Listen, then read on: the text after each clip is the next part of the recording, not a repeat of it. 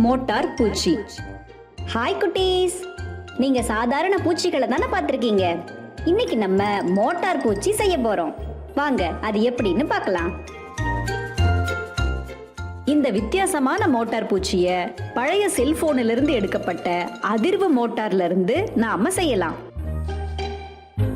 இதுதான் அந்த அதிர்வு மோட்டார். இந்த அதிர்வு மோட்டாரோட 2 வயர்களை நாம இணைச்சுக்கணும். அப்புறம் இந்த அமைப்பை நாம பேட்டரியோட இணைக்கும் போது இந்த மோட்டரானது அதிர்வுற ஆரம்பிக்கும். இப்போ 1.5 வோல்ட் பேட்டரியை எடுத்து கம்பியை வச்சு கால் மாதிரியான அமைப்பை உருவாக்கிக்கோங்க.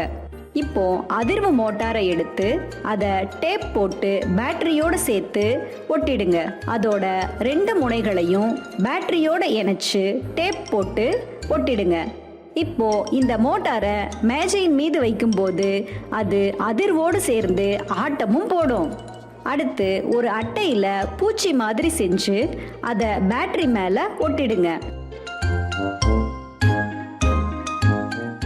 இப்போ மறுபடியும் இந்த மோட்டாரை இயக்க ஆரம்பிச்ச உடனே இந்த அமைப்பு முழுவதுமே அதிர்ந்து மேஜையில ரொம்ப அழகா ஆட்டம் போட ஆரம்பிக்கும். பழைய செல்போன்ல இருந்து எடுக்கப்பட்ட அதிர்வுறும் மோட்டாரை வச்சு நாம உருவாக்கி இருக்கிற ஒரு அற்புதமான மாதிரி இது. உங்களுக்கும் பிடிச்சிருக்கு தானே? இத்தகைய பயிற்சியை மேற்கொள்வதன் மூலமாக எளிய பொருட்களை கொண்டும் நம் படைப்பாற்றல் திறனை நாமே வளர்த்து கொள்ளலாம். இங்கு ஒரு வைப்ரேட்டர் மோட்டார் இருக்கிறது. அதனை பேட்டரி மூலம் இணைத்ததும் அது அதிர்வடைய தொடங்குகிறது.